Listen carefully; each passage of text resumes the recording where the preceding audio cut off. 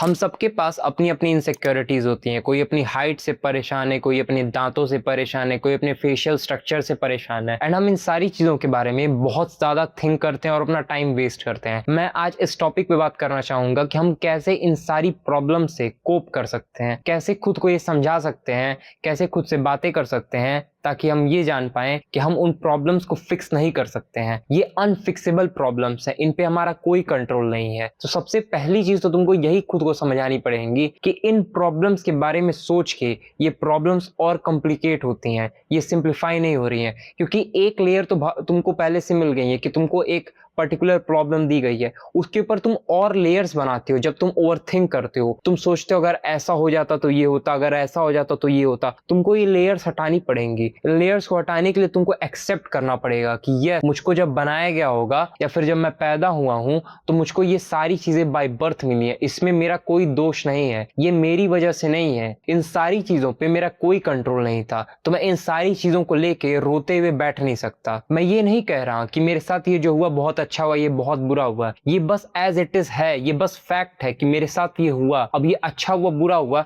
मैं इस पे कोई लेबल नहीं लगाऊंगा। ये फेशियल फीचर्स मुझको बाय बर्थ मिले, इस पे मेरा कोई कंट्रोल नहीं था। Now the moment you accept, तुम्हारे दिल से वैसे ही एक बहुत बड़ा बर्डन हट जाएगा जब तुम ये समझ जाओगे कि हम इतना ज्यादा सोचते हैं, इतना ज्यादा टाइम वेस्ट इन फालतू की चीजों पे करते हैं जिन पे हमारा कोई कंट्रोल नहीं होता। क्योंकि जनरली ज्यादातर लोग जो इनसिक्योर होते हैं वो बहुत छोटी मोटी चीजों के लिए इनसिक्योर होते हैं। बहुत सारे लोग तो मैंने देखा है इन ऐसी छोटी छोटी बातों के लिए इनसिक्योर होते हैं जो ज्यादातर लोग नोटिस नहीं करते। जैसे अगर मैं खुद का एग्जांपल दूं, मेरा जो टीथ स्ट्रक्चर है वो क्रूक्ड है, बट मैंने ये नोटिस किया है कि बहुत कम लोग इस बात पे ध्यान देते हैं। मैं जब अपने दोस्तों से पूछता हूं, जब तक मैं उनको खुद नहीं पूछता वो नोटिस नहीं करते हैं। बहुत क्लोज आके जब देखते हैं तो कहते हैं कि हाँ तुम्हारा टीथ स्ट्रक्चर थोड़ा सा क्रूक्ड है। बट मैं जब शीशे में खुद को देखता हूं तो मुझको अपने पूरे फेशियल स्ट्रक्चर में सबसे जो इंपॉर्टेंट चीज है वही दिखती है कि मेरा फेशियल स्ट्रक्चर में जो मेरे टीथ हैं वो क्रूक्ड है। तो तुम सोच सकते हो कि हमारा दिमाग उसी तरह से चीजों को परसीव कराता है। हम जिस चीज पे जितना ज्यादा ध्यान देते हैं उतना ही दिमाग हमारा और उस पर फोकस कराता है कि देखो देखो ये चीज तुम्हारी खराब है। तो तुमको वो एक्सेप्टेंस लाना होगा कि बस ये मेरा फेशियल स्ट्रक्चर है, इसी तरह से मुझको बनाया गया है, मैं इसी तरह से अपने सारे बॉडीली फीचर्स को लेके पैदा हुआ हूं। अब मैं इसमें कोई भी चेंजेस नहीं कर सकता, या फिर जो चेंजेस कर सकता हूं उनको करने की मैं कोशिश करूंगा। रिमेंबर, मैं ये नहीं बोल रहा हूं कि तुमको एक्सेप्टेंस से हैप्पीनेस मिलेगी,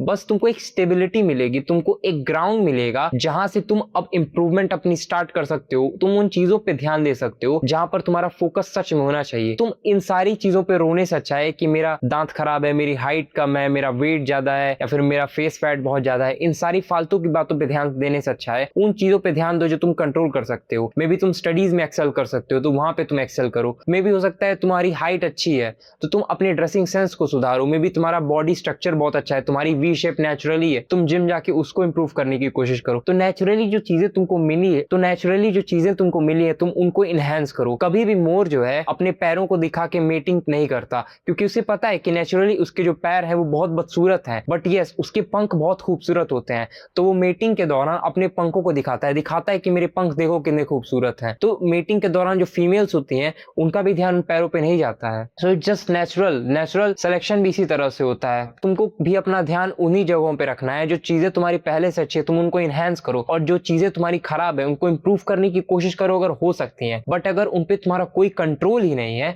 तो बस उनको एज इट इज छोड़ दो। वो बस तुमको मिली है, वो एक फैक्ट है, वो ना अच्छा है ना बुरा है, उसको लेबल करने की जरूरत नहीं है। Thank you.